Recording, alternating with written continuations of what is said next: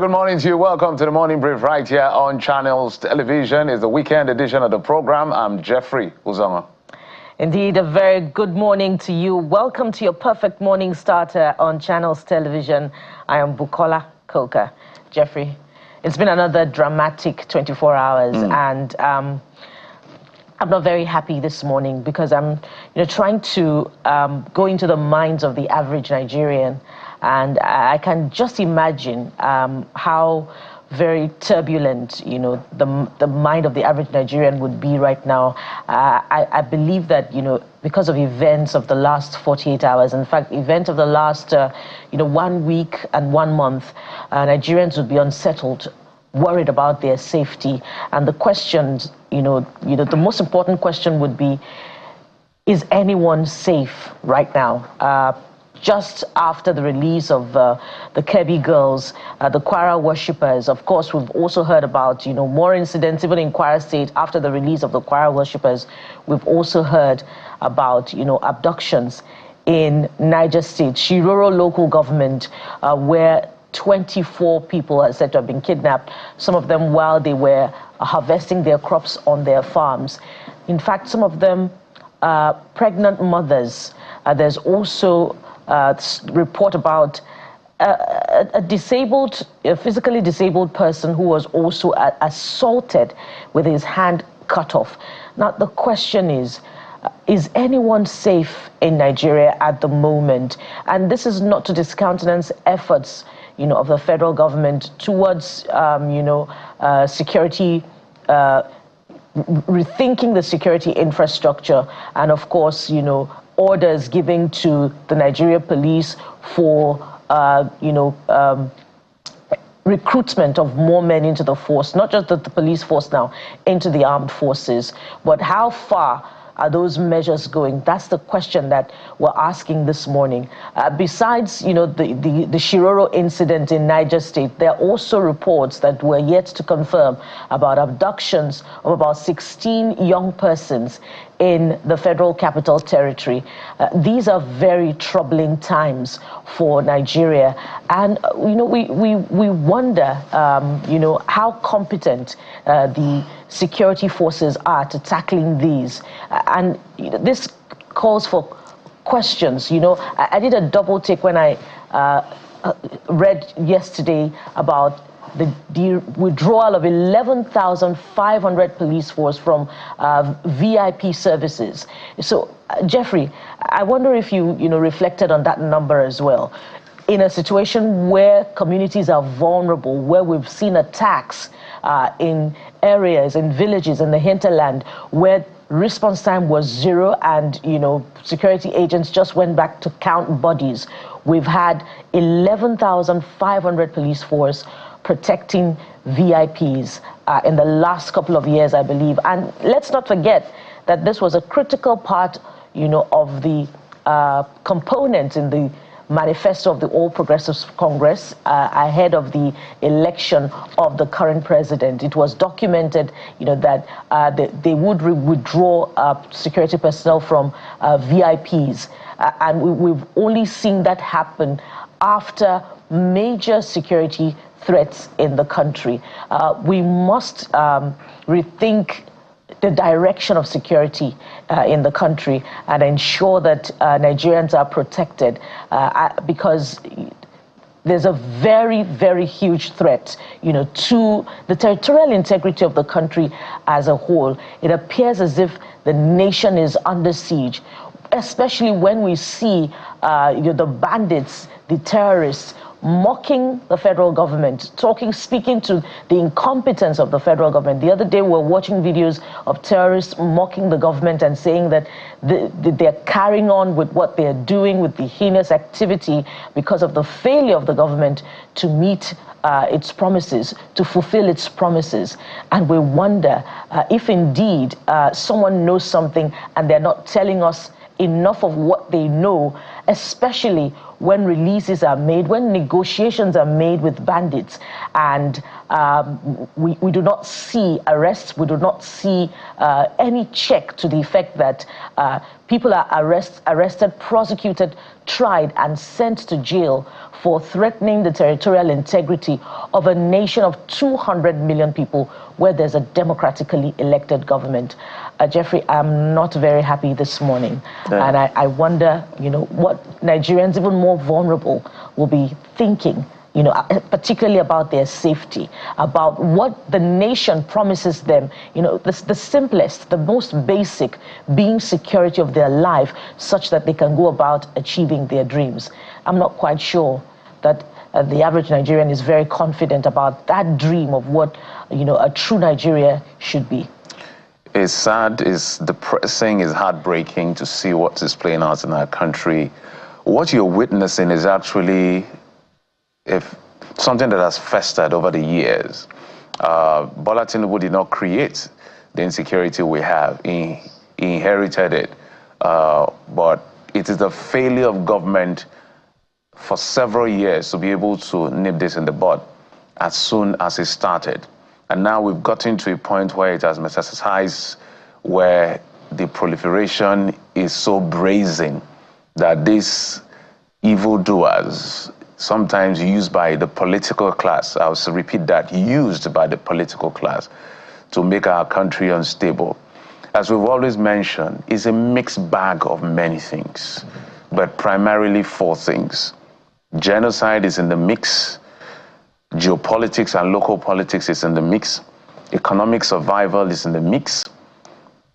Criminality is in the mix. That's why some experts will say it's hydra-headed with many tentacles. And it is because the government has not risen to the occasion to say enough is enough. This madness has to stop. We are busy thinking of second-term politics, who we will offend and who we will not offend. The law is as clear as crystal for whatever crime is committed. If, for instance, they don't want to lay down their arms, you book a date for them with God. It's as simple as that. And the ones you can catch, you go through the judicial system. Something drastic has to happen. Something drastic has to happen to rebuild the confidence of Nigerians in their government. Nigerians don't trust their government. Nigerians are not confident that their government can protect them, including the government of President Bola Ahmed Tinubu. Nigerians don't trust that your government is doing enough to protect them. And Bukola, sometimes when we talk, my heart goes out to the men and women in our military.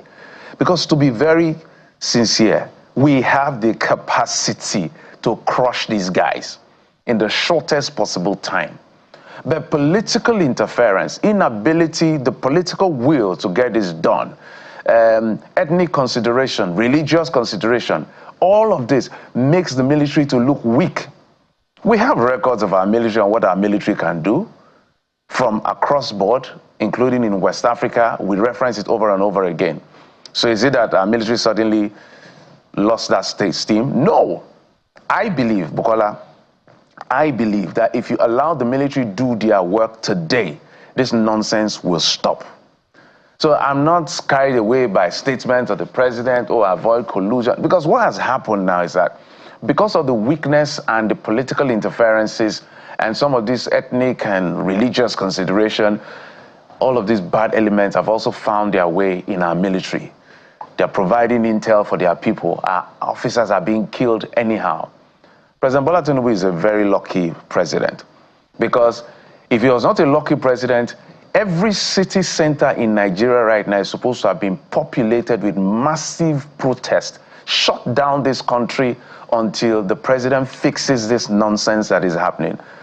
Remember, this is not statistics, so it is human beings that are killed, human beings that are abducted. Now, Nigerians have developed a very worrying coping mechanism. If you go online now, skit makers, they are going to places of worship, they are carrying the scriptures and they are carrying guns or carrying machete.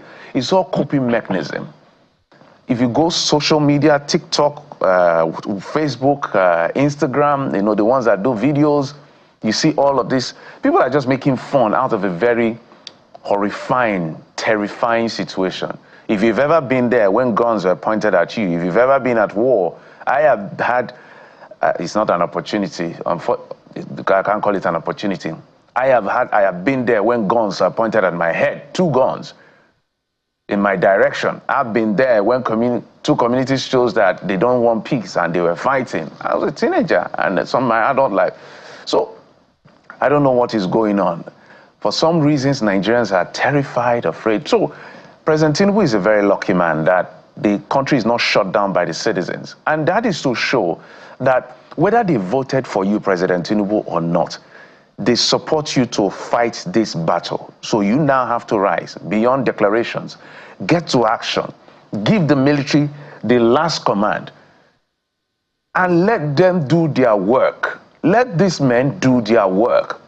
If you're carrying arms, whether you're going by bandits, which I don't believe there's anything as banditry, I believe they are all criminals, I believe they are terrorists, because of how do you go to a village, ransack that village, kill women, tear their what do you call it now? Open up their tummy and bring out the baby, That's kill the baby. That's how gory it gets. What kind of a human being are you to do that? You must, I know, anyway. But the seriousness of this is that we can't all bear arms, because if we all bear arms, there's going to be anarchy and there will be no country.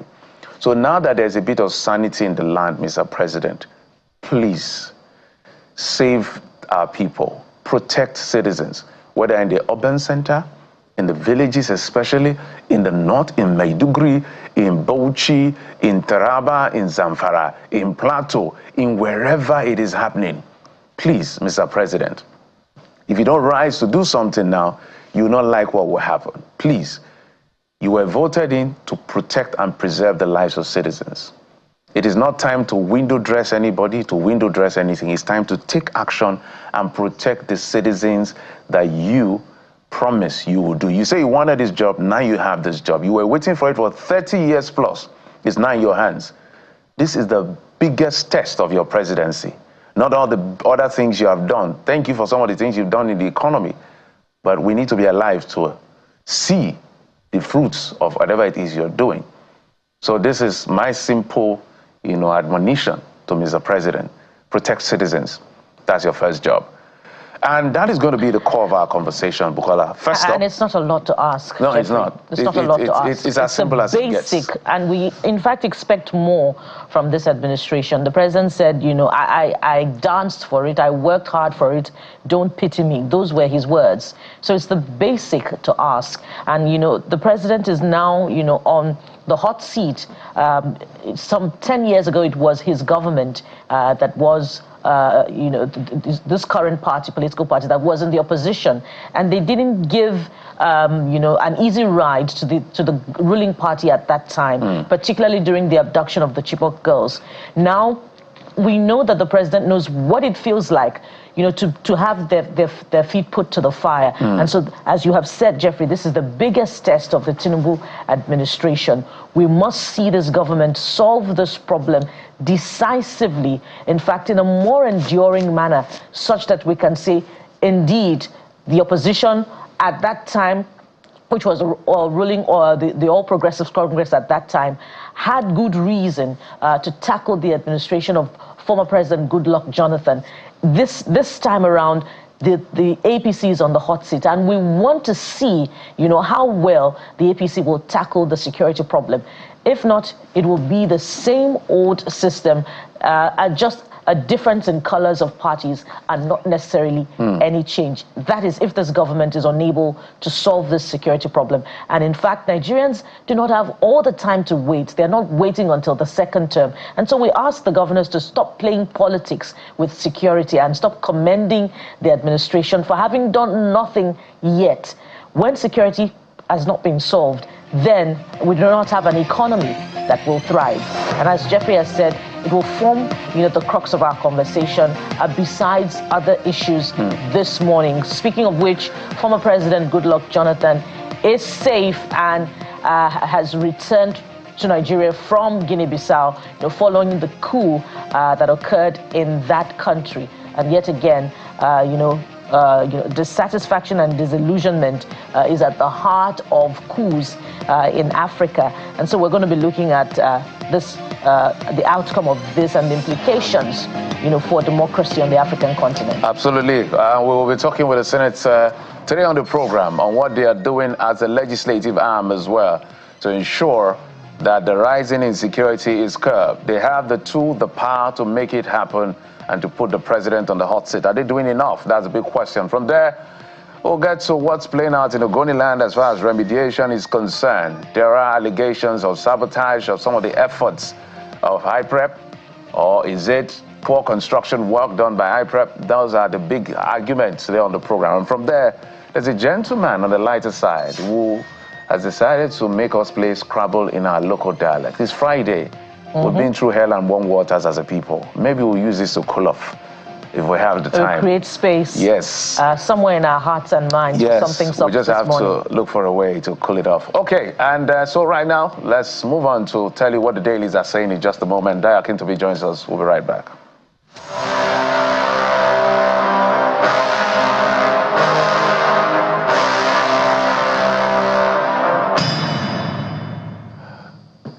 All right, Mr. Daya Akintobi is a journalist, joins us from the UK. Mr. Akintobi, thank you so much for coming on the program. My pleasure always. Fantastic. Let's get started with the Guardian newspaper. The Guardian is leading, of course, with national issues, national security issues. Armed attacks intensify as Tinubu okays U.S.-Nigeria security plan. You can see the faces of the men who are at the forefront. President Tinubu, the Chief of Defense Staff, the NSA, two governors there who have been greatly affected lately, and the IGP, and all of that. How renewed terrorism exposes old, weak security underbelly. What do you make of this? Well, this joint security force, or this joint security committee, is a outcome of the visit to the United States by the NSA and some other high officials of the administration. And what it sought to do was to allay the concerns of the U.S. authorities, particularly the House of Representatives, who have been doing an investigation into the insecurity problem in Nigeria, especially as a corollary to President Trump's recent statements, outbursts, and threats. And what the Nigerian government is seeking to do is collaboration. We've said, yes, we need help, but the help should not come in the form of an invasion or boots on the ground or, coming in unilaterally into a sovereign country to come and defend what rightfully should be our problem to solve. So the path that is being told by the government is one of collaboration with the US, and they formed a joint task force to fashion out ways of collaboration, things like intelligence sharing, things like technology transfer, and other strategies that will assist in this war without necessarily directly involving the Americans to participate directly in this issue. I think the government a fire has been lit underneath the collective derrieres of the government, and you can see some of the things they've done recently, like withdrawing the police orderlies that protect VIPs, which makes more law enforcement officers available to join in this fight. There's the issue of the recruitment. They've put out a word and said there's going to be an urgent recruitment of new law enforcement officials to boost up the numbers in terms of the armed forces and the police as well. And you see these kind of initiatives looking at the idea that government recognizes there's a problem and it may have been complacent. And in recent times, it seems the ante has been upped, whether it's based on America's direct threat or whether it's just a rising of the momentum. Recently, we've seen much more activity in terms of the insecurity problem. All the states you've mentioned, Kebbi, Kwara, Niger. Recently, the spate of insecurity attacks has risen exponentially to where it looks as if there is an open season now. There's a renewed vigor, and the government is trying to address that in a way, as you said, it's the president's responsibility, and he has spoken to the fact that he asked for the job and we shouldn't pity him. So I don't see him resting on his laurels. I think within his own capability, he's trying to muster up the morale of the troops. He's trying to throw resources at it. He's trying to encourage people. So there's a bit for us ourselves to do as individuals, because no, this insecurity problem does not happen in a vacuum. One way or another, the people who are wreaking this havoc are getting local cooperation. There's no way you can move 35 people from one place to another, 35 children.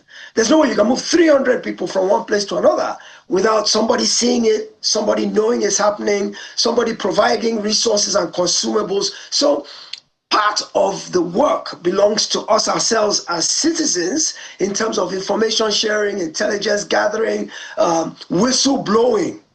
We ourselves have to play a role in protecting ourselves. And I agree with you, Jeff, that arming ourselves is not the best solution at this time for Nigeria. The solution is not to give everybody an AK-47 to have in their own home. I think that will cause more chaos than resolution. But there are ways we can assist in the fight as well as individual citizens by way of information transfer and generally situational awareness. For example, we were told that there was a report before the Kebbi kidnappings, that there was a report, an intelligence report that indicated that this was imminent, but that report was discounted. And to some extent, we also heard that some security people were pulled out of the school just before the attacks occurred. So these are the kind of lapses that allow this thing to spiral out of control, that we ourselves as individuals can play a role in helping to reduce this problem. And you know, those lapses that you identified, or that in the Kebbi case, is the same trail following all the other security threats that we have recorded in the last couple of weeks. And if you're saying we'll cause mayhem by asking Nigerians to arm themselves, those tasked with that responsibility are daily failing Nigerians, and Nigerians are just asking for the most important government responsibility. Speaking of which, the New Telegraph follows up on, what I highlighted earlier on as we started off the show. Presidential directive, that's the beginning of the big caption on New Telegraph. We've withdrawn 11,566 officers, and that's attributed to the IGP. Of course, that came through yesterday. Let's get an insight into what the writers are saying. Says intel sharing, strategy alignment now at unprecedented level. Policing to shift from reactive to proactive model. Military closing in on criminal gangs. Badaru, that's the Minister of Defense. Immigration, CG orders, increased border surveillance patrols. You find all these on pages 6, 3, and 7 of the New Telegraph. And, Mr. Akitobi, this is what we want to hear, right? But how comforting are these assurances from those tasked with the responsibility and who are speaking from these reports? Yeah, as Jeffrey correctly mentioned earlier, the trust factor in government is really very low. So when you hear these kind of statements, you take them with a pinch of salt and say, we've heard it all before. This is nothing new. Talk is cheap. What we want to see is results. I commend the government, for example, for withdrawing the 11,566 officers. Ever since 1999, we've heard it from every government, from every IGP, from that, we're going to take back the orderlies that protect VIPs, but it's never really happened. It's just always been talk. Every IGP has promised that. So for it to have happened now, it means there is a seriousness attached to this problem now. Yes, they are politically exposed people who should be protected. And in the news yesterday, the former governor of Anambra, his convoy, even though he wasn't in the convoy, his convoy was attacked.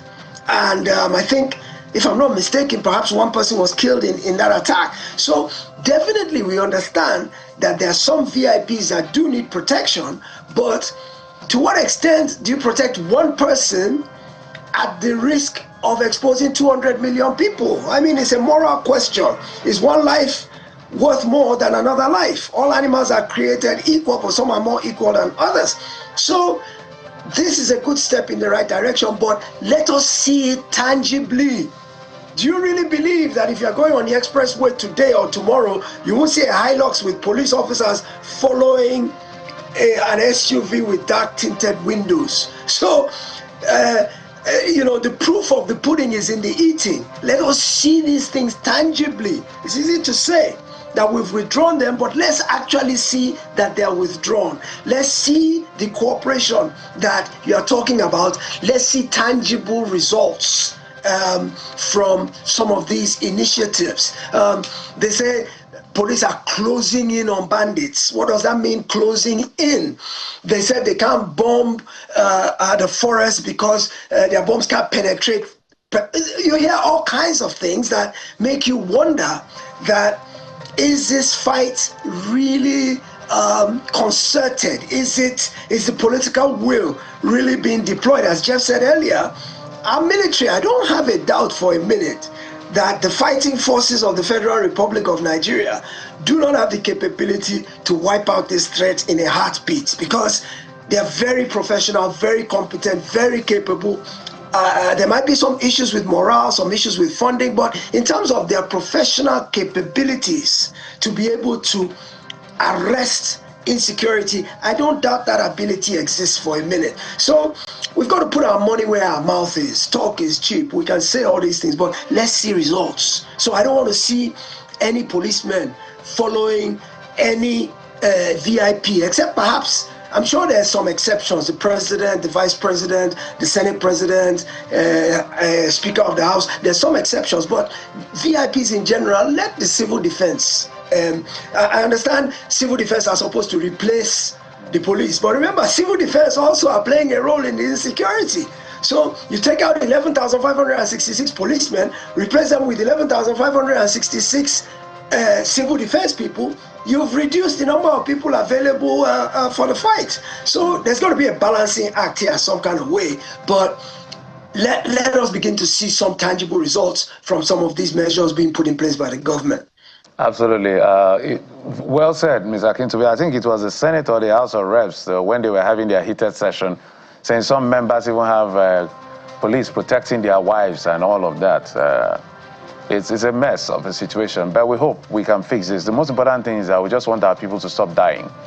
Mr. Yes. Akintobi, thank you so much for your expertise, as always, for bringing light to this conversation. We appreciate you, sir. My pleasure, always. We'll take a break, and when we come back, we'll be speaking with Professor on issues around the West African nations and this rise again. Look at what has happened in Guinea-Bissau. Fortunately for us, former President Goodluck Jonathan, who was an observer in that election, has safely returned to the nation's capital, Abuja. But what exactly is happening with governance in the sub-region and in parts of Africa where military is taking over, especially when elections happen and there's always this disagreement that leads to these takeovers? We'll have that conversation in just a moment. Stay with us.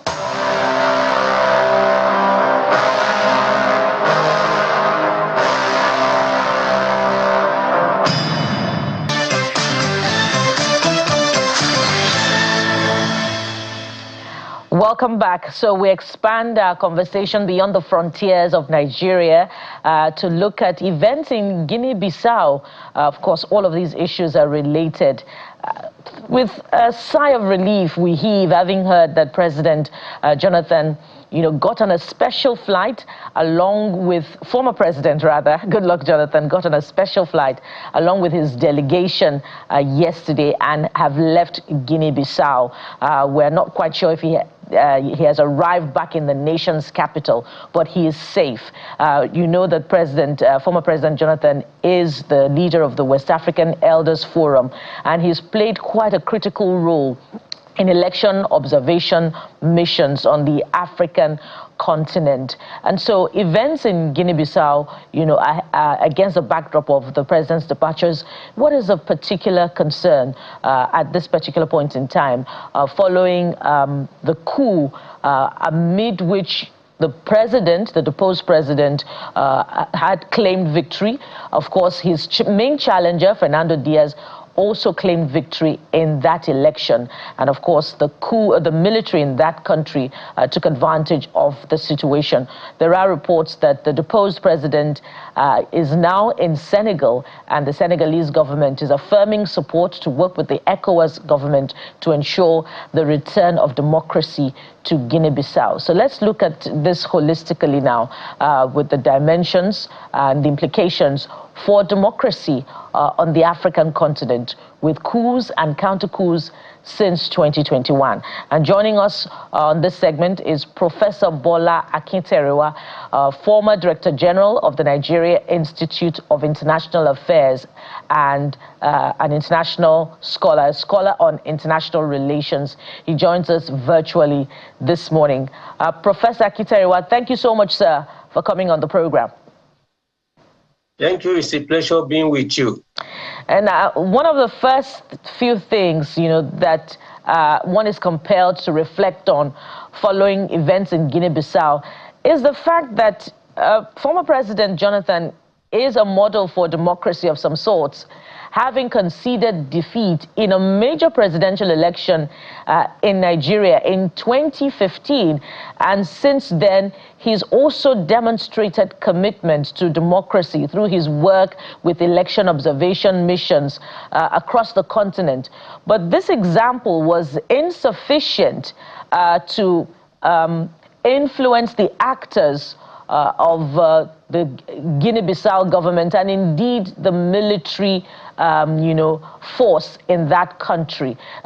How does that sit with you? Was it also one of the things that was uppermost in your mind as you reacted to events in Guinea-Bissau? Certainly not in the uppermost mind. It's not a big deal for me. There is a disconnect between conceding, defeat and allow democracy to prevail on the one hand, and then ensuring that the system itself wants to promote democracy. It is not sufficient to have an individual intention to concede to promote democracy. It is the holistic system, holistic, approach.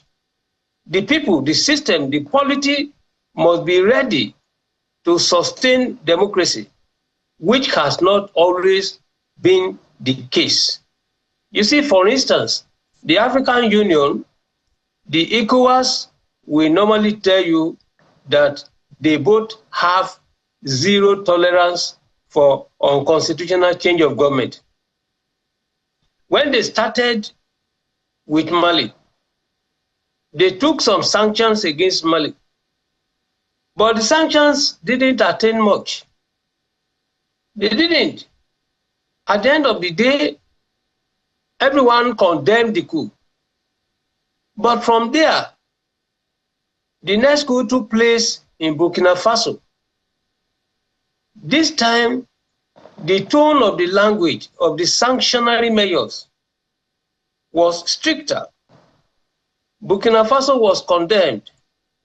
And while they were trying to still manage the impact of the coup in Mali and Burkina Faso, the third one took place again in Niger, Nigeria's immediate next neighbor, and Nigeria's neighbor with which there had never been any border conflict. Nigeria has the warmest relationship with Niger as a territorial contiguous neighbor. The problem was to the extent that ECOWAS now say after Mali, after Burkina Faso, Niger again, perhaps more significantly, ECOWAS was under the chairmanship of Nigeria's President Bola Ahmed Tinubu. The ECOWAS decided to threaten Niger, saying that within 7 days, they must return to power the ousted President Bazoum. This led eventually to the withdrawal of the three countries. They decided to go and form an alliance, Alliance des États du Sahel, Alliance of Sahel states. Now they are no longer members of the ECOWAS. Why is it so? The ECOWAS, the African Union, never bothered to attend to the complaints of the people. And that was why both in Mali, where, for instance, the June 5 movement had to go on the streets to protest. The coup was supported by the people. So was the coup in Burkina Faso and Niger. What was the African Union doing? They couldn't do anything beyond complaining, condemning. Now, when you now come to the same new coup, the coup in Guinea-Bissau, have there not been complaints? Guinea-Bissau, since it got its own independence in 1974 from Portugal, the foundation of Guinea-Bissau in 1974, in other words, a year before the establishment of the Economic Community of West African States in Lagos, the foundation had never been solid. It had always been a foundation of insecurity. The way Portugal left, Guinea-Bissau, did not allow the system, the political system, the polity in Guinea-Bissau to thrive. So it has always been coup upon coup, killing of one another, power struggle, till date. And as a matter of fact, let me remind you, there are 3 levels, not to say 4 levels, of dynamics explaining the recent coup. And why, for instance, unconstitutional change of government has become meaningless. First of all, the remote causal factor is basically the 1974 foundation that I've just told you about. But we have accidental causal factors. That is the recidivist, coup making. Guinea-Bissau is on record to have had at least 10 coup d'etats. Successful, attempted, unsuccessful, and thereafter. It's coup upon coup. But the issue now is that since the current president that has just been ousted, Mbalo, came to power, he too, as a result, reportedly of the coups, particularly the coup in 2023, what did he do? He decided, to close down the parliament, dissolve the parliament. In fact, he has dissolved the parliament 2 times. 2 times. And in this particular case, when you look at what is happening there, he removed his prime minister. He's taking policy decisions that will enable him to succeed in his sit-tight, administration. Prof, if I may come in here, if you can hear me, Prof. I do. Yeah, fantastic, Prof. Just hold your line of thought. And in addition to my question, I think I was reading Alexander Thurston's description of coups. He called it the hard rejection, soft acceptance, and hard acceptance. Soft acceptance has to do with what happened with Mugabe. Go, he doesn't want to go, as far as I'm concerned, and everybody knows what removed Mugabe was a clear coup, but there was some kind of a soft acceptance. Now, what has happened in the Sahel that have now left ECOWAS is hard rejection until they began to soft pedal to soft rejection, where initially say, no, we don't want coup, restore constitutionality back, and then language began to change to, okay, whatever happens, let's see a transition period. I'm giving all of this background to the effect that we've seen a lot of sit-tight mentality among African leaders. In fact, I call them democratically elected monarchs. Paul Biya is the leader of that pack. We can go on and on. You know all the names. So my question, sir, is at the AU level, at the ECOWAS level, what kinds of conversations should they be having? Because it feels like these leaders of Africa are deliberately blindsiding themselves. And now we're seeing the results of what is happening. And it's just around our corner. With due respect, not only to you, with due respect to the African leaders, we are not a very serious people. We are good in making declaratory policy statements, but we never talk and walk the talk. Is it not that, okay, let me put it this way. In 1963, the OAU, the Organization of African Unity, provided for non-interference in the domestic affairs of other sovereign states. The word used was interference. They didn't use even intervention. The fundamental difference between interference and intervention is that when you interfere, you don't use force. But when you talk about intervention, you are talking about use of force. And that's why Article 2, Paragraph 7 of the United Nations Charter is very clear on this. It talks about non-intervention. But when the OAU was transformed into the African Union, the act itself went beyond interference. It talked about intervention, saying that the African Union can intervene in the domestic affairs of its member states, especially when there is a case of bad governance, when things are not going well. This is even before the introduction of what is called the IR2P, International Responsibility to Protect. Africa has been on the lead that we should be intervening. But the most unfortunate thing is that in spite of this provision to intervene, African Union, ECOWAS, and other, RECs, residential communities, they have not been intervening. Intervening in the sense that when the governments, are not doing well, when the people are complaining, what do? They don't do anything. Now, when you talk about a hard coup, soft coup, you are right.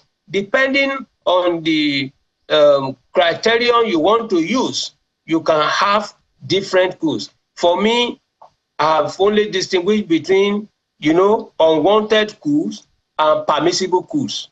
Those are the two coups that we can always be talking about. The unwanted coup falls within what the African Union will be talking about, say they have zero tolerance for unconstitutional change of government. They don't want coup. They just want election to be held.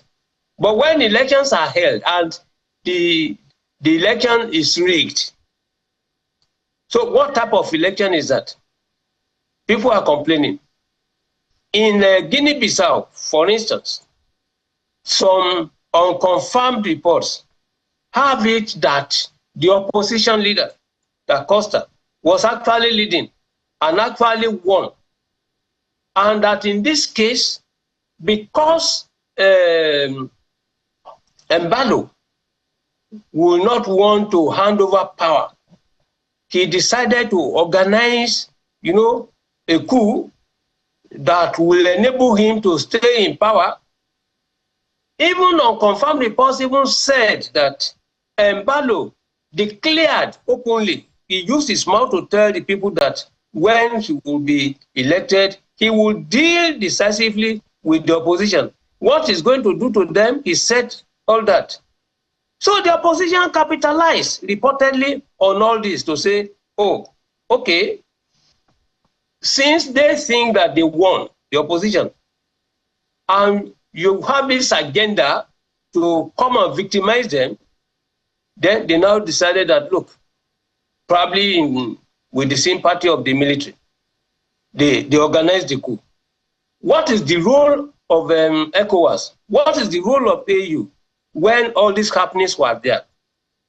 So this is the issue.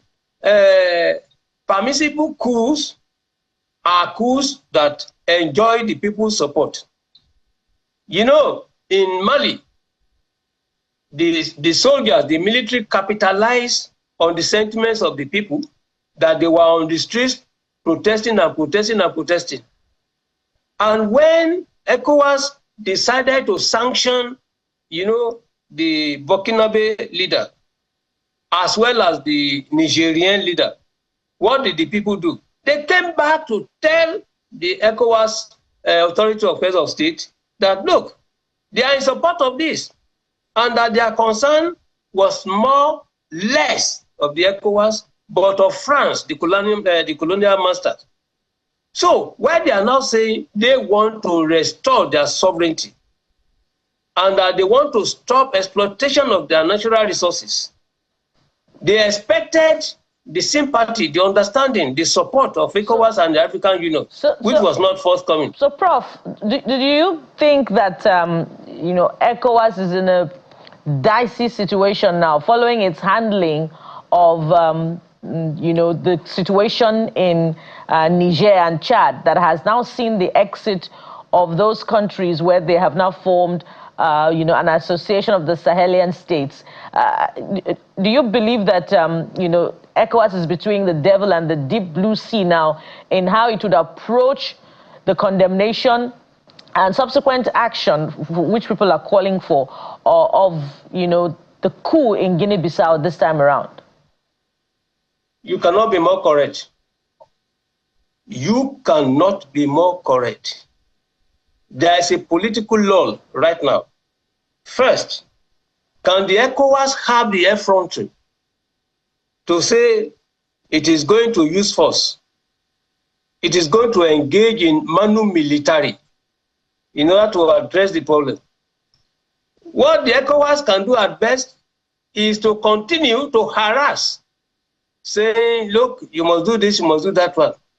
Look, if you have access to the press statement issued by the Tafawa Balewa House in Abuja, I mean Nigeria's Minister of Foreign Affairs, compare it with the press statement, the communique issued by the president of the ECOWAS Commission, you will discover that in the press statement of the ECOWAS Commission president, they used a non-aggressive, non-hostile words. It's not more of a threat at all. They are only saying, no, be very sure that no one is killed, no one is hurt. Return to power, democratic power, and so on and so forth. But if you look at the last two paragraphs of Nigeria's own statement, which I would describe as most unfortunate, they use the word warning. Warning. That's what the spokesperson of Nigeria's Minister of Foreign Affairs used in the statement. Go and read it. Warning that Nigeria will hold the coupists accountable.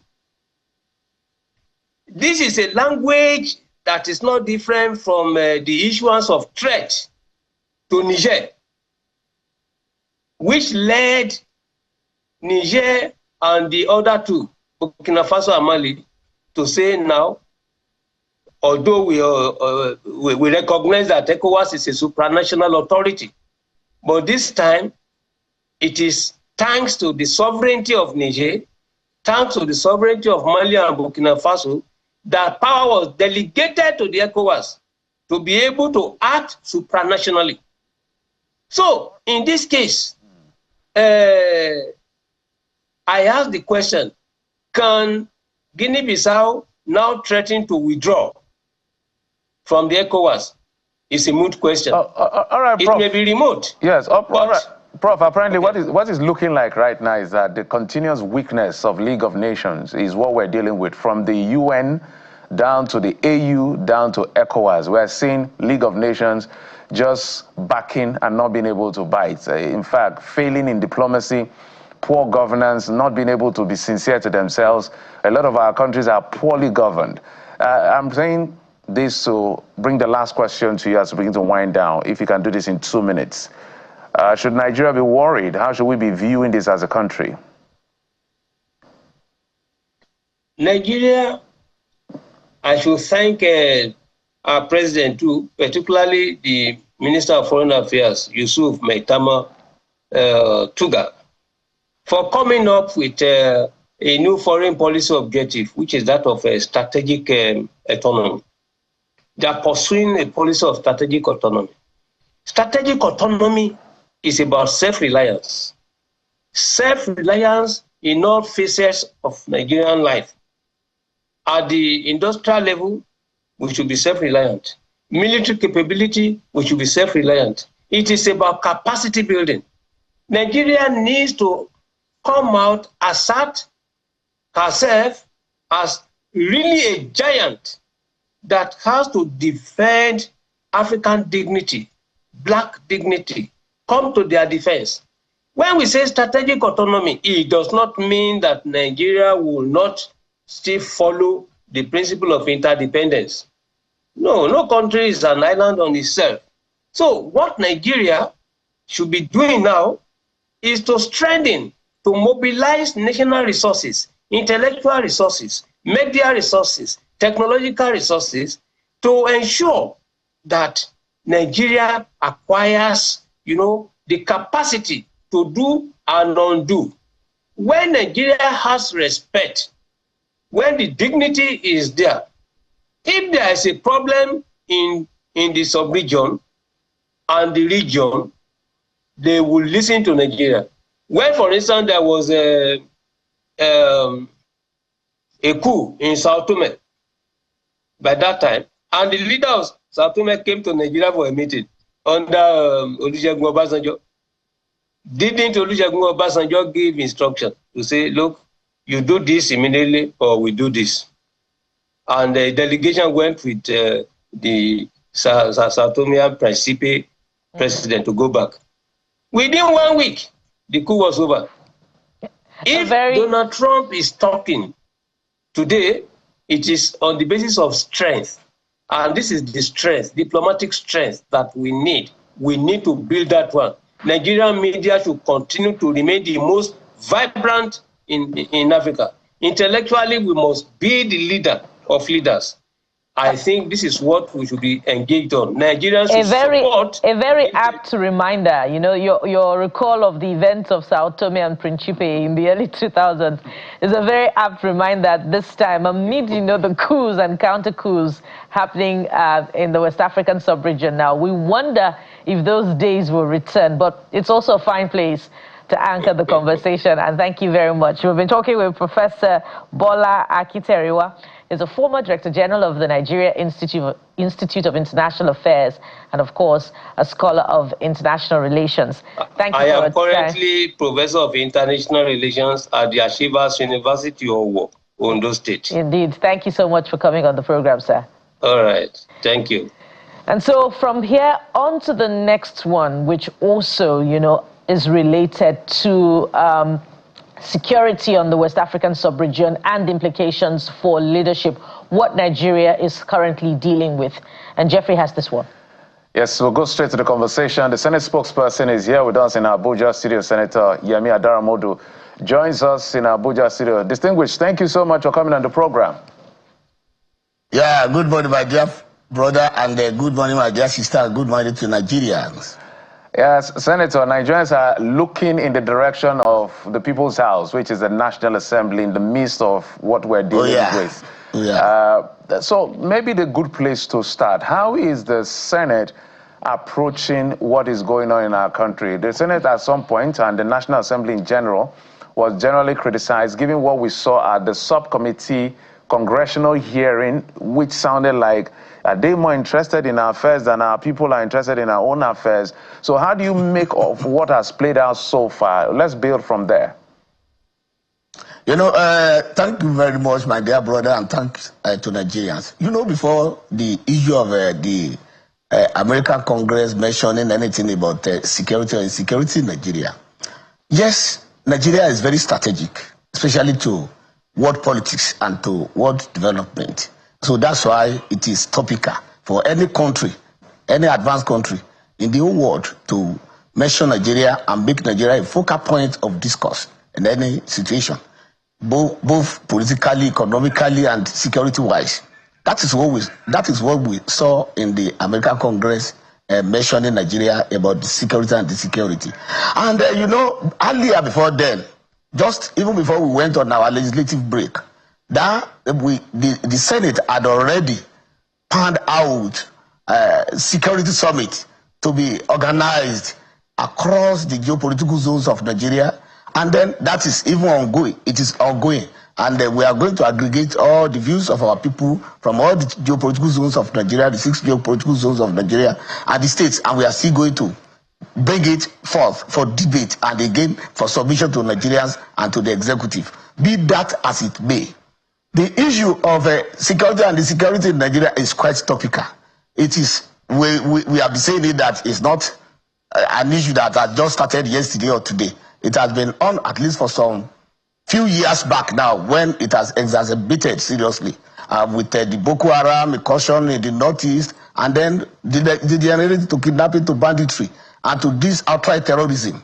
Yes, and either it is political terrorism, religious terrorism, or commercial terrorism, which is kidnapping. So it has degenerated to all of this. And we in the Senate, and by and large the National Assembly, we have taken the bulls by the horns. We have always been doing that one. We started by doing appropriation appropriately for the military and making sure that they do not lack whatever they ask for from the National Assembly. Because when they bring appropriation, in order to make sure that there could be a smooth advance of our military towards these miscreants, towards these undesirable elements, we had never shirked our duties in doing that one. And not only that, we have engaged the service chiefs severally. Not only when we are screening them, we always sit down with them, ask questions from them, what is happening, what is going to happen, where do we come in, and then the executive, through the president, has been doing very well about it. And we will know that just a few months ago, we had almost a very, very good run in Nigeria, whereby the incidents of all these sporadic attacks and then this generalized kidnapping was not even coming to the fore. Just of recent, the whole thing just came up again. And we know that that is why they call it insurgency, something that that surges suddenly. So that's why they call it insurgency. And then even the steps that Mr. President took just a few days ago, we are not forced with it by declaring emergency on security and insecurity in Nigeria. Yes, and we know that about 2 days ago, even all throughout this week, the National Assembly had made only the security of Nigeria and Nigerians the only topic that we are debating at plenary, and we are collating all our reports. And in the Senate especially, 2 days ago, we were there for almost 7-8 hours debating, talking about it. It was an open debate. It was not even done under camera. It was an open debate that people who were in the gallery, they watched us, media people, they were there, they saw us debating it and making sure that all these things are just brought into stoppage. That is what we are concerned with now. And moreover, we would know that the zonal security summits are still ongoing in all the the regions of Nigeria, and then by next week we aggregate all our reports and then put it into another assemblage of ideas which we are going to send to Nigerians and to the executive. And not only that, we are even bringing up some other bills which are going to maybe yield more more opportunities, more advantages, more funds for the Nigerian military, because we believe that it's not only the government that can do this alone anymore.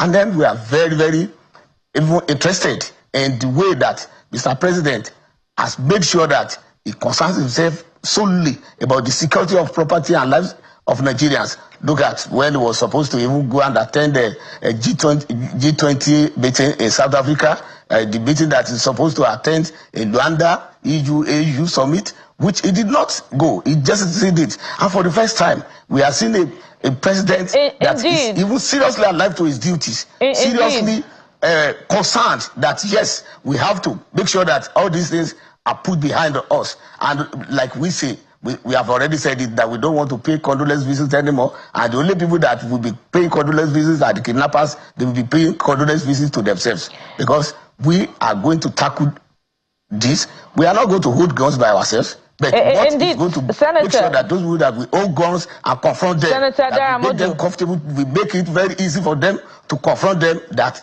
we are going to make sure we initiate that. Yes, all the actions taken by the legislature and the executive in the last couple of days have been noted, but some Nigerians would say this is reactionary and, in fact, tantamount to selective outburst, particularly following reports that from the bandits and terrorists and videos that they will now begin to kidnap legislators and politicians. And some would ask if that is the reason that senators now, the National Assembly now seems, to be on its toes with debates as far as security is concerned.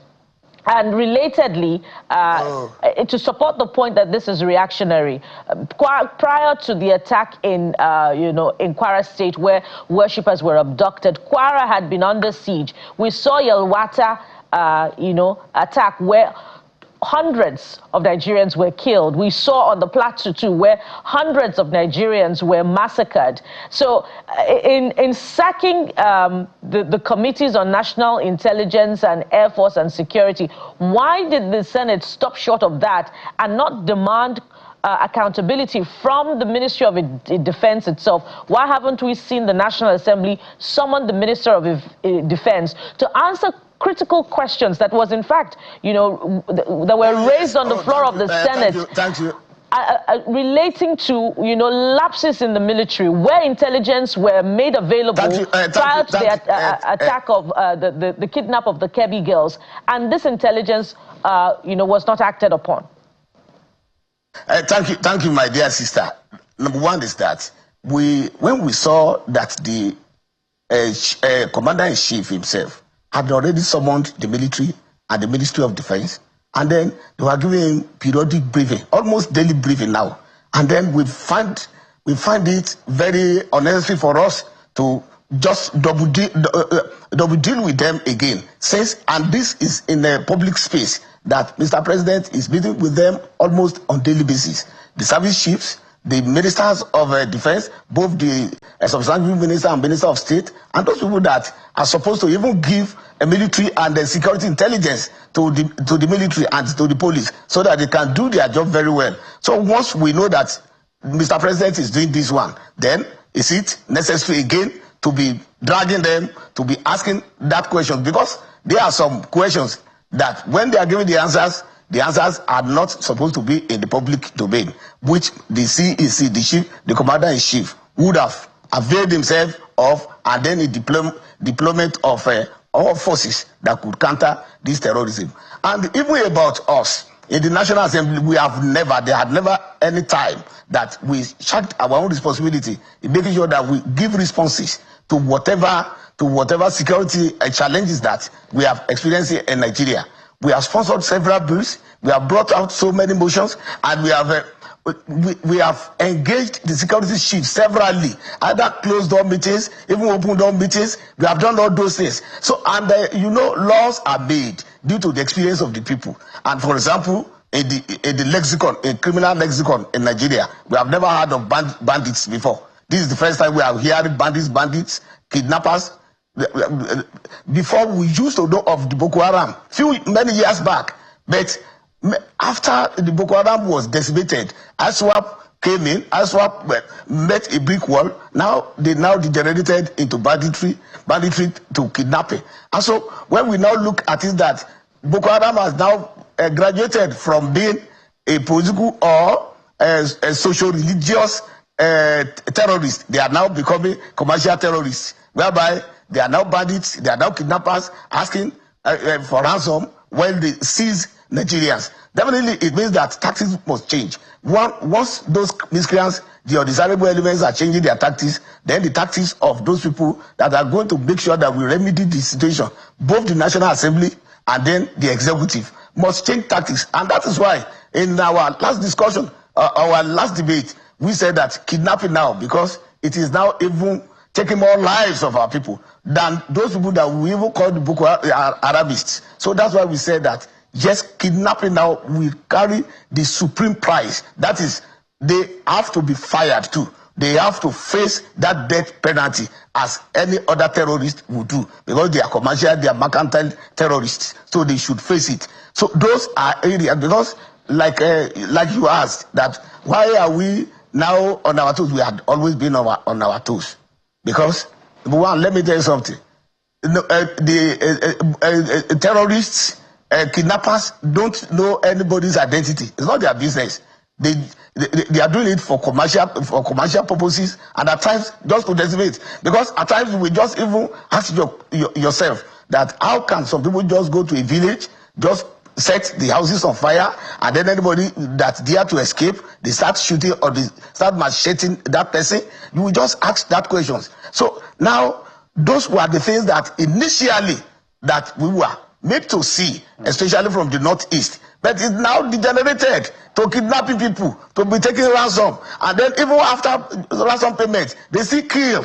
So that is why we have now said that since these people are changing their tactics, they are changing their modus operandi, then laws must change. Then our action must change. Then our own modus operandi too, in tackling them, must change. That is why you are seeing another rev up, another tempo, another placement of style and responsibility from the National Assembly. That's why you see it, at least in the past few days. Because we thought, and we know, and Nigerians know, that for some time past, we had had some seeming respite from these miscreants, from these undesirable elements. But just of the reason, maybe about 1-2 weeks back, they rev themselves up, and we are revving ourselves up to make sure that we deal with it, we tackle it, and then we exterminate it. That's why you see us in the National Assembly coming up smoking. That's why even the executive coming up smoking. And for the first time, look at Mr. President. He could not even attend to any other thing except the security matter. And this is the first time that a president will even declare emergency on security. So you can see that it is all of us, not only the legislation, the executive, even the judiciary too. Look at the way they are now prosecuting those people that were caught as a terrorist, either Boko Haramists, either ISWAP, or whatever they call, whatever nomenclature or appellation they give to themselves. They are now being judged. The thing is, if you can hear me, Senator, if you can hear me. Like before, that we are not even hearing anything about whether they have arrested anybody, whether they have put anybody behind Senator, bars. can you hear me, sir? My apologies. Distinguished, can you hear me? Oh, dear. If you can hear me, Distinguished. I can hear you. Okay, fantastic. I can hear you. I can hear you. We've seen the debate. We've seen the energy. We've seen some of the actions from the federal government. We've also seen the robust engagement and sometimes heated sessions in the Senate and the House of Reps. So it's commendable. The effort is good, but Nigerians are looking for results, not effort, with the greatest sense of respect to what the members are doing. Now, what you have said and some of the action you are taking, you said the Senate and the National Assembly is taking to reposition the laws to reflect current reality. Since they decided to metamorphose and metastasize, the laws now have to catch up with them with the death penalty if they are caught. But that seems to be in contradiction to what we're seeing from the executive, and I'll explain to you why. The Gazette number 212, volume 108, under former President Muhammadu Buhari, government notice number 169, that's Abubakar Malami, on gazetting this bandit. The document titled Order Declaring the Activities of Yan Bindiga Group Yantada group and other similar groups in any part of Nigeria as terrorism and illegal, proscribing their existence and restraining any person or group of persons from participating in any manner whatsoever in any form of activities in any of the groups. So this is basically bandits being proscribed. Now, the people that have been released, whether in Kebbi or Kwara or Niger, we're not clear on what has happened. Were they released? Were they rescued? Were they ransomed? Because if the Senate is saying, no, we have to go tough on these people, is the Senate ready to ask questions that Nigerians are asking? We are happy the people are released. What happened to the abductors? Yeah, thank you, my brother. You find out that even in the Senate resolution of 2 days ago, there was an ad hoc committee that was set up to probe what happened to the intelligence sent forth before the kidnap of our children in Kebbi Girls Secondary School, and that we were made to have, especially from the governor of the state, that yes, some soldiers were guiding that area before, and then maybe a few minutes after they left the place, those people just struck, and then they kidnapped our children. So that one, the Senate had already set up an ad hoc committee to probe into that, and then equally probe what led to the death of one Brigadier General Musa Uba. And now going to what you said, my brother Geoffrey. Number one is that the way and the manners, the modus operandi of the military, how they rescue victims, cannot, and we don't expect that one to be made public. Number one is that they, as a security agents, our own message to them, and the job we give to them is that go and rescue the victims. Go and rescue our girls. Go and rescue our parents. Go and rescue the worshippers. They went into the forest. They rescued them. Then how they did that one, you know, they are not likely to share that one with us. Number one, they will not tell us how many bullets that they shot. They will not tell us how many guns that they even lost in the exercise. But what we know is that they came back, they brought those people that were kidnapped, those people that those people ferried into the forest, they brought them back. And we know by the time we start all this, the new laws, the new rejigging, and then so many other things, like we have already from the House of Representatives, that it is becoming illegal to even negotiate with bandits, not only paying ransom, to even sit down with them and be negotiating with them and be telling them, okay, if you give us a loan, we are going to give you this, or if you release our child to us, we are going to give this money. Whoever negotiates. So once we do all those things, definitely we cannot be probing into activities of whoever releases or rescues any victim of kidnapping. But from what happened, at least in the past 2 or 3 days, when our girls and our mothers and fathers were kidnapped, and then we charged the military, we charged the police, we charged the DSS, we charged all of them, and we even charged Mr. President to bring our people back. And they were brought back, though some people are still held back, and we are very sure that within a very short space of time, those ones will be brought back. So it will be needless for us to be asking from soldiers that how many shots of guns did you make when you went to Eruku Forest? How many bandits did you exterminate when you went into Kebbi Forest? We will not be asking that question from them, and all we know that is that our people were brought back home safely and alive. But Nigerians are asking, even if the modus operandi would not have been, disclosed, Nigerians are asking why arrests were not made, why exchange of gunfire was not seen in the release of the Kebbi girls, and indeed nobody will go to the forest with a camera. Nobody will go to the forest with a camera to go and photograph and do video.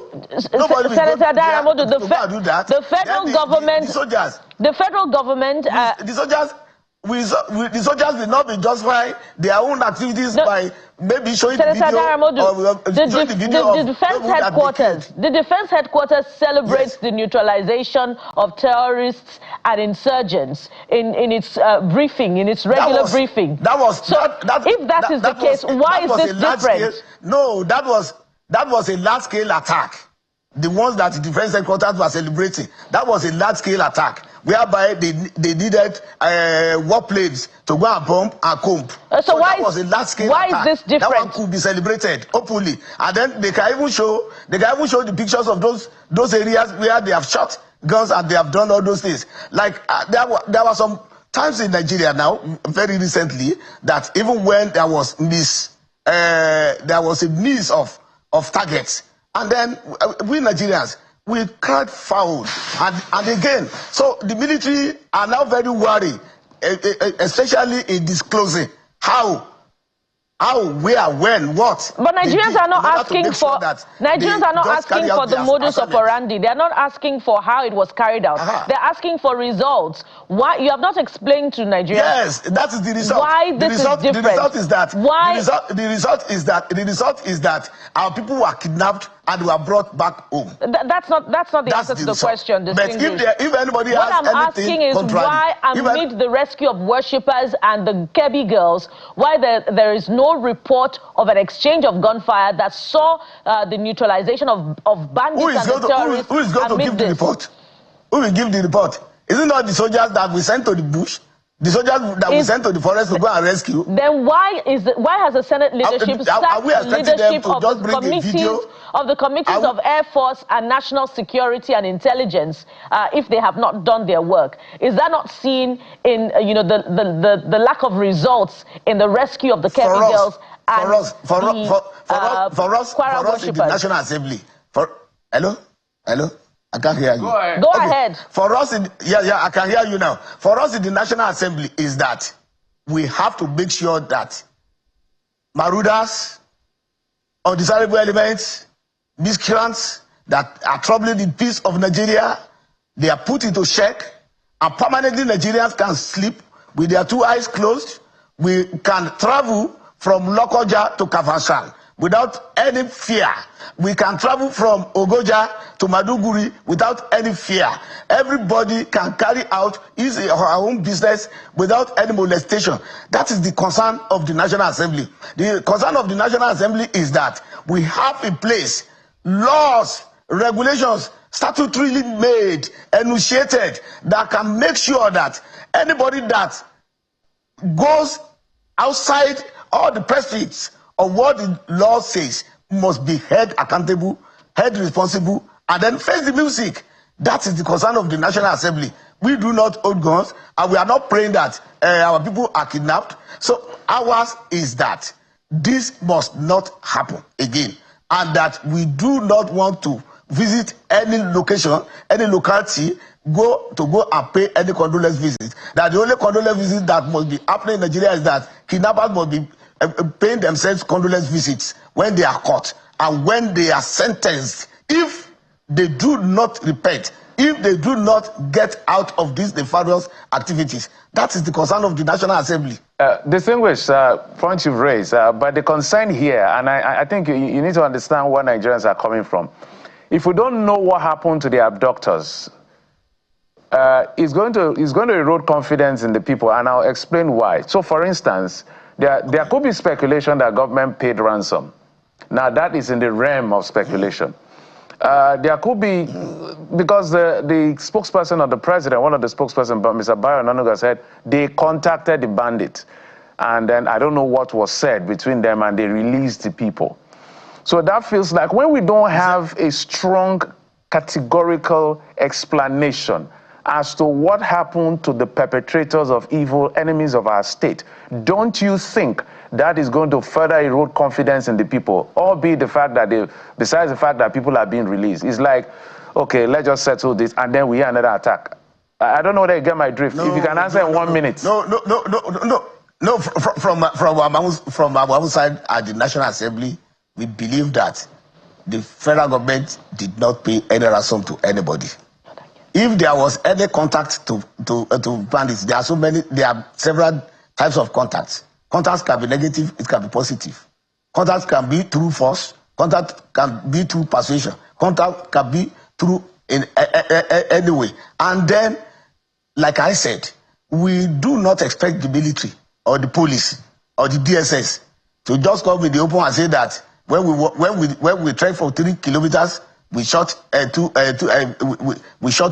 bullets. When we got there, 3 hours later, we shot 5 bullets. My apologies. We are not expecting that one. My apologies. We are not expecting that one. So if you have not seen the corpses of abductors, if you have not seen the corpses of abductors, and you have not seen them being handcuffed from the forest, then that one does not mean that there was never a very strong and serious exchange of battles between them. Distinguish, your point is noted. The whole idea is to build because it is even possible. It is even possible. No, my brother. It is even possible. It is even possible. Look, let me tell you something. It is even possible that when the abductors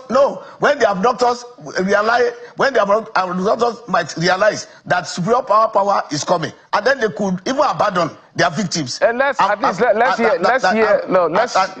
And fled. Distinguish, let's hear. Just like somebody. They could. Yes, they could. Because if they know that superior power was coming, and moreover, the whole atmosphere was charged. The whole Nigeria was charged. Nigerians were charged, and then they knew that government meant business. So when they knew that superior power was coming, they will abandon their victims and fled. No. At least that one could happen. Let's hear the full story. What we're saying here is that after those attacks, in fact, as they were released, 24 hours, more people were abducted. So I don't know where the superior power comes from. What we're saying is that if somebody comes to your house...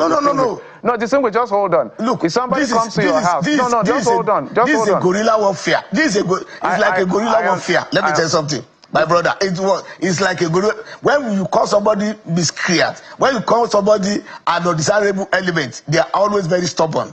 They are very, very recalcitrant. Right, you understand that? So it doesn't mean that if some people were the Air Force of Nigeria had been bombing all these migrants several times. Did it stop some of them from coming out again? All right, the thing is, we're totally out of time. But what we are saying on behalf of Nigerians that the Senate and the House of National Assembly should give us full disclosure as to what happened to the abductors. I was giving an illustration to say, distinguished, God forbid, people come to your house and rob your family, take out your property and all of that. Then all of a sudden, the police comes and say, oh, we've recovered your property and all of that. You would like to know, did you arrest the criminal? Where did you catch them? Did you kill them? That is exactly the scenario we're painting here. Not just that you return my property. I want to know what happened to the man who intimidated my life. There are so many times that even when the police is coming to my place, and then if the miscreants know that, definitely those people that are coming to rescue me, to assist me, that they are more superior in power than them. They are likely to surrender all those things that they steal, and then just run away because it will be very, very needless for the police to start pursuing them once those people have surrendered those things and they have already fled. So it can happen like that. We're totally out of time. I want business in the National Assembly is to make sure that we stamp out the activities. We agree, distinguished. We agree, distinguished. That they to stamp out, but we're not talking about them running away because police is coming. We're saying they've stolen your property and they took it away, and then the police returned your property. But we must thank you, Senator Yemi Adaramodu. No, you're asking about myself. You're asking about myself. Totally out of time. It's not a personal question. It's just an illustration. If I were, if my car was stolen, and then I report to the police, and the police brings back my car to me, I will not ask from the police that did you kill the thief? I will not. No, I will ask. So if the police tell me that yes, kill the thief, I will ask. If I ask, and the police tells me that they saw it at a Gwagwalada Motor Park. Okay. Then what do I do next? All right, distinguished, we're totally out of time. We're totally out of time, but I'm just relaying Nigerians' concerns as far as this question is concerned. But we must thank you for coming through. We know Nigerians. Thank you. We are concerned. All of us are concerned. Nigerians are concerned. Thank you, sir. We are assuring Nigerians that yes, by the grace of God, these things will be a thing of the past. Thank you, sir. We're totally grateful. We're grateful. Thank you, sir, for coming on the program. Distinguished Senator Yemi Adaramodu is the spokesperson of the Nigerian Senate. Thank you, sir. We'll take a break, and when we come back, we'll switch gears. So, other part of the conversation. Thank you. Thank you again. We'll be right back in just a moment. Stay with us.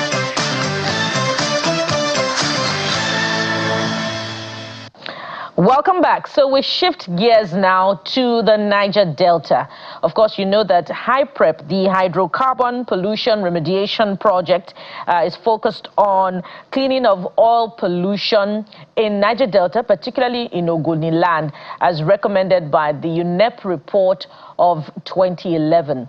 But in recent times, civil society organizations in Ogoniland have been, criticizing HYPREP projects for being substandard. In the last couple of weeks, we've heard reports of water tanks collapsing almost immediately after they had been erected. So is this a result of sabotage, or is something else in the mix? Joining us to have this conversation this morning, we have two gentlemen who will be joining us virtually. We have Mr. Legbosi Yamabana of Ogoni Youth Federation, who joins us virtually. We also have Mr. Emmanuel Nwafo, an Ebubu-based journalist in Ogoniland and an indigene. Gentlemen, thank you so much for joining us on the program. Thank you for having us. Let me start with you, Mr. Nwafo. You are a journalist. Talk to us about some of your findings about the collapse of this water projects. What are your observations? Have you witnessed these projects firsthand? Okay, thank you very much. The incident occurred precisely on Saturday, the 22nd of November, at exactly 10 a.m. in the morning. And residents around the area were woken up by an explosive sound. So when we rushed down to check it out, we noticed that from the HYPREP facility, the tank had ruptured and water was spilling everywhere within the nearby premises. The schools there was flooded, the houses, the fence was pulled down. And we observed, this is not the first time this is happening. It had happened 2 weeks earlier in Gwara community. And this is in the Bubu community, in Eleme local government area. And we observed that this tank, when we take a closer look at it, it was rusted from inside. So that also puts to test the kind of water that HYPREP has been dispensing for the people of a Bubu community. So inside of the tank was rusted, and this tank was just 1 year plus, just over a year that it was installed. And we wonder how come the one that SPDC had kept for almost 20 years within the same facility is still there.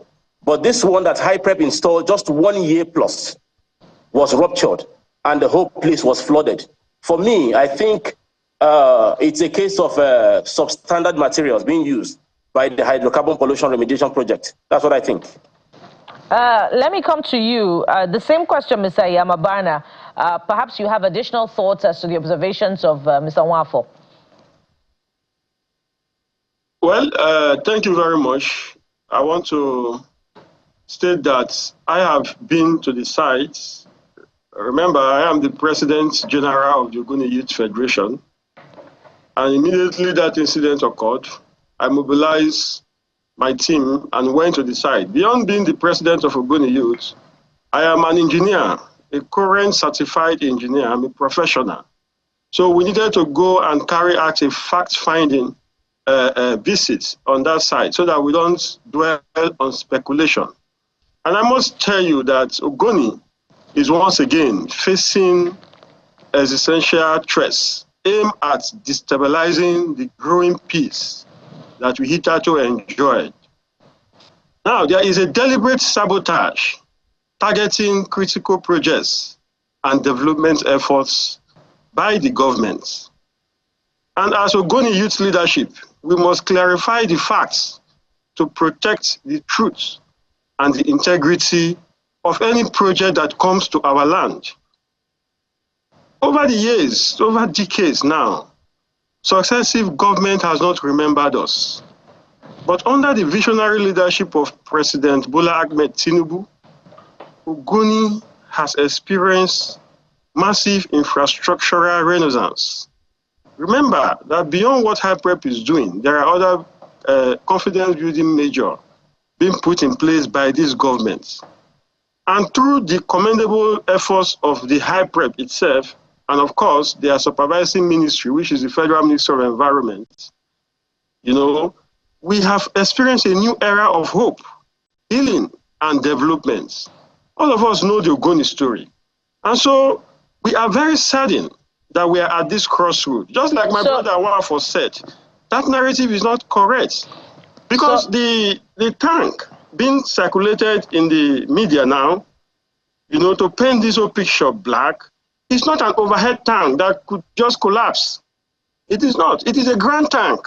Tank sitting on a flat surface. So are you there's no way it absolving? could collapse. The water facility in question was not newly built. It's more than 1 year. Wafo does not have his facts right. Okay, That water system has been functional for the past 2 years. Mr. And has been Yamagbana, supplying water. are you absolving? Are you absolving HyPrep of you know, complicity in the provision of substandard projects as seen in the collapse? Are you saying categorically that this is a product of the work of saboteurs? That's exactly what I am saying from our preliminary investigation. So where is the sabotage coming from? I have told you that I visited the site with a team of professionals, Ogoni professionals, to carry out an assessment. I'm not just speaking from the blues. And so we must be cautious the way we go about this thing. And the issue here is that there are certain powerful individuals that wants to paint the leadership of the current leadership of HyPrep in a negative light, and that wants to derail development in Ogoni land. HyPrep has done a lot. We do not need all this noise about this whole thing. All right. Let me tell you, like I was saying before you intercepted me. Sorry, I will have to interrupt again. Water to the Bubu community for over 2 years. I will have to interrupt again. Over 2 years without any issue. I will have to interrupt again. Pardon me, Mr. Yamagbana. Let me take this to Mr. Wafo so that he can have room to react to what you have said. Mr. Wafo, your colleague there says you don't have your facts right. He says this is the work of saboteurs. What's your response to this? Well, it's laughable that Mr. Yamagbana would say that I don't have my facts right, because let me say this without any equivocation. I am from a Bubu community, and my residence, my house is not far from where this incident took place. As a matter of fact, the school you are seeing in that video is actually the school my children attend. So you could imagine if that incident had happened on a Friday, not on a Saturday, it means that the casualties would have been much. And you see, that tank was, that ground tank was installed early last year. And as a result of that, everybody was hoping that, you know, it would last us, because within that same facility, there is a tank that was installed by the SPDC. And that tank has been functional for the past 20 years, 20 good years. That tank has never been sabotaged. That tank has never ruptured. As we speak, that tank is still standing. That tank is still functional. But this one that was installed just last year is already having issues. And meanwhile, that HyPrep facility is guarded by security. There are staff of HyPrep within that same facility. And I wonder, how come we are saying there was a sabotage within that facility? If Mr. Yamagbana is not being economical with the truth, he will tell you that that environment is in the heart of town. There are houses surrounding that facility. So it will be very difficult for people to go in and begin to, you know, sabotage the efforts of HyPrep. That's not true. So unless there are informations he has that we do not have, maybe so he can afford us that luxury. But for now, I think HyPrep needs to have a deeper introspection. HyPrep needs to look at the kind of projects they carry out. They need to look at the kind of materials that they use for these projects. Now, as we wind down, one last word for each of you, perhaps in response to this.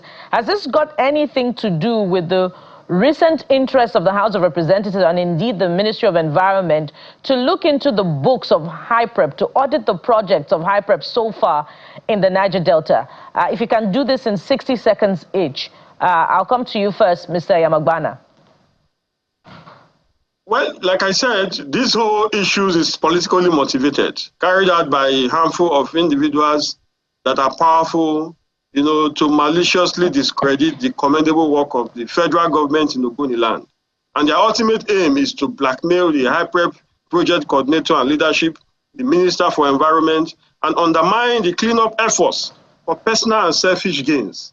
And I have no fear or favor in saying that. As per the House of Representatives issues that are with the Ministry of Environment and HYPREP, in the coming days, we're going to use to be convoking a Congress to actually address that issue, because we do not want anything that will further derail this job. Remember that Mr. President has committed himself to oil resumption in Ogoniland in the coming days. So we are moving. All right. We do not want anything that will retard development at our pace. All right. So that is the position Mr. Wanfom, as we're going to use. You have the floor now, 60 seconds. Okay, thank you very much. I do not think it has anything to do with that, because you see, one of the things I think HYPREP needs to do at this point is to call their engineers to order and begin to look at the kind of projects they are doing. Because before I go to the investigative part of it, let me just say this. Let us assume, but not conceding, that there was a sabotage on that facility. Whose responsibility is it to secure the facility? Is it HYPREP's responsibility? Or is it the responsibility of the community? So I don't think so. It's not politically motivated. It's just an issue of substandard materials. That's all. All right. HYPREP has a board of trustees, and it has a leadership that has been seen in the reappointment of, I believe, Professor Neni Barini. And we hope that, this gets to their, desk, and there is a solution that is provided such that, all suspicions and all political undertones will be clarified. We must thank you very much, gentlemen, for coming on the program. I've been talking with Mr. Legborsi Yamabana, the President, Ogoni Youth Federation, and Mr. Emmanuel Nwafo, an Ebubu-based journalist. Ebubu, I believe, is in Ogoniland. Thank you so much, gentlemen, for coming on the program. Thank you. Thank you. We'll take a moment now. When we return, we'll switch to the softer side of things. We have a Scrabble board played not just in English, but in other local languages. This will interest you, so stay with us. We'll be right back.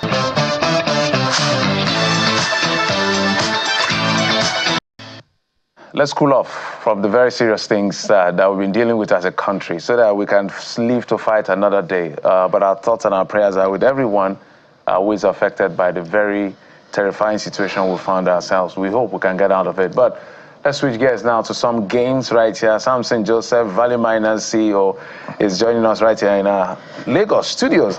Well, he created Scrabble. For those of you who know how Scrabble works, it's just about being creative with spelling based on the number of letters that are available to you. But what Joseph Samson has done is that it's not in English. This is in Hausa, Yoruba, and Igbo language. How are you, sir? I'm very fine. Good morning. Good morning, ma'am. We have limited time, so we have to be quick with this. So tell us, why this?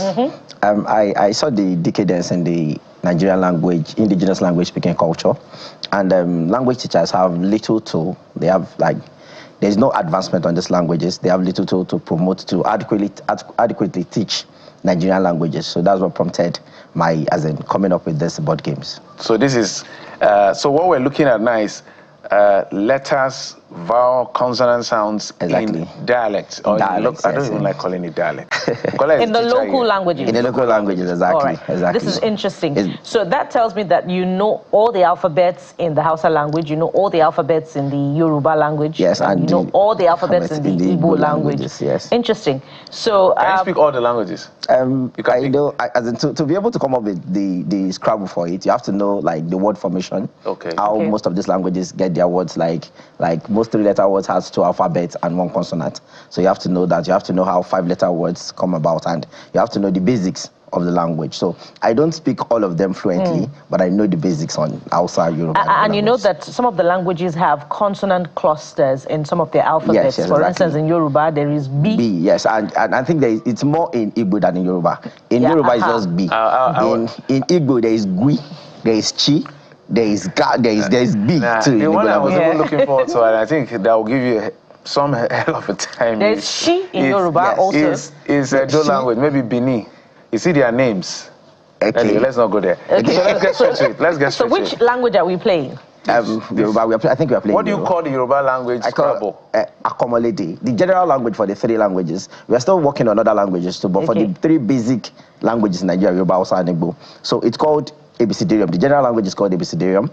The Yoruba language, the one for Yoruba is called Akomolede. That's the language teacher. Then for Igbo language is Amamiye. Amamiye means wisdom, knowledge, like that. Then Hausa, I called it Abachada. Abachada is like saying Abachada. So I just joined like ABCD. So Abachada. Okay. So before I play with you, I need to understand, the indications on the board. Yes. There's Ilokpo Meta Oro. Yes. Ilokpo Meji Letter. Yes. So what do they mean? My village is What do they mean? Like Ilokpo Meji is like saying double letter score, double word score, triple word score, triple letter score. Okay, you get started. Go time. Okay, now you have to play like this. This is the sack. So you pick 7 letters, 7 tiles. So I'm random. picking, right? Yes, you pick 2. All right. 7. Yes. And line it up on your. Yes, this is the rack. You line your it up. rack. 1, 2, 3, 4, 5. 6, 7. 6 and 7. Let us see. So let's see. So yours is 5. 5, yes. Okay. So rack it up. So Bukola, I can't help you, but I will try. God help me. Let's see. So let's move this so that camera can pick it very well. Okay, so you start. Like this is where you start from. This is the head of the Odudua, because there is no way you tell the Yoruba story without Odudua. So you start from there. Absolutely. Yeah. So you start. Okay. So you spell. Okay, let me play like this.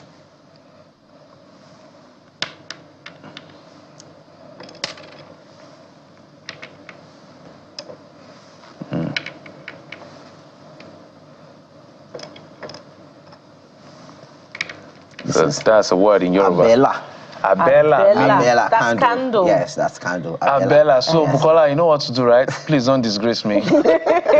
So what you do is from any of the letters. You just have to play and join this. Join like this. The already existing word. You join it from. So you either anywhere. join L or join E or join A exactly, or join. You can't. Okay, she can complete it now. So Bukola, please think before you do. So what word is coming to your mind now? What Yoruba language is? What Yoruba word is coming? Between A, B, E, L, A. Abella. Yes. Whatever that means. Yeah, in my head, both of you. Bukola, we have 10 seconds more. Okay. Before they chase us away. But this is the whole idea. Yes. That we're not spelling in English. Yes. We're doing Yoruba. Yeah, like what we are doing right now is promoting Nigerian language. Yeah, so this is beautiful, guys. Buy this for your kids. For those of you, everybody needs this, especially the major languages, at least yours is available. My own is not available here, where you can actually, rather than use play Scrabble in English, you play Scrabble in our local language. Like I just play. Bukola, what is this, Labebe? Labe is under. That's the only thing I can. Labe is 2 words. Like this. Labe is under, right? Okay, this is Allah. Allah. It means what? Allah is dream. Dream, Allah. So this is what? Abella and Allah. Dream. What's Abella? Abella is candle. I played a word. Labe is under. Labe is 2 words. Labe. That's in Yoruba. Niabe. So it's 2 words. Okay, it's 2 words. Samson Joseph, Valley Miner CEO, thank you. I think it's a fun game. Yeah. It's a good way to end the show. We've been through hell and warm waters as a country, so it's a good way. So How can they get to you, by the way? You have an, social socials? media. Yes. On TikTok, Value Miners International. Value Miners International. On Instagram, Value Miners International. Fantastic. So we need to preserve our language and our culture. Absolutely. Thanks to Samson Joseph, who is the CEO of Value Miners. So get this for your kids. Your Yoruba, your Hausa, your Igbo. Please get it for your kids. And when you're learning to play, don't play 2 words like I do. All right. We're totally out of time. Thank you so much for your time and company. I'm Jeffrey Uzonga. And we'll be back again next week. Enjoy your weekend. I'm Bukola Koka. Bye for now.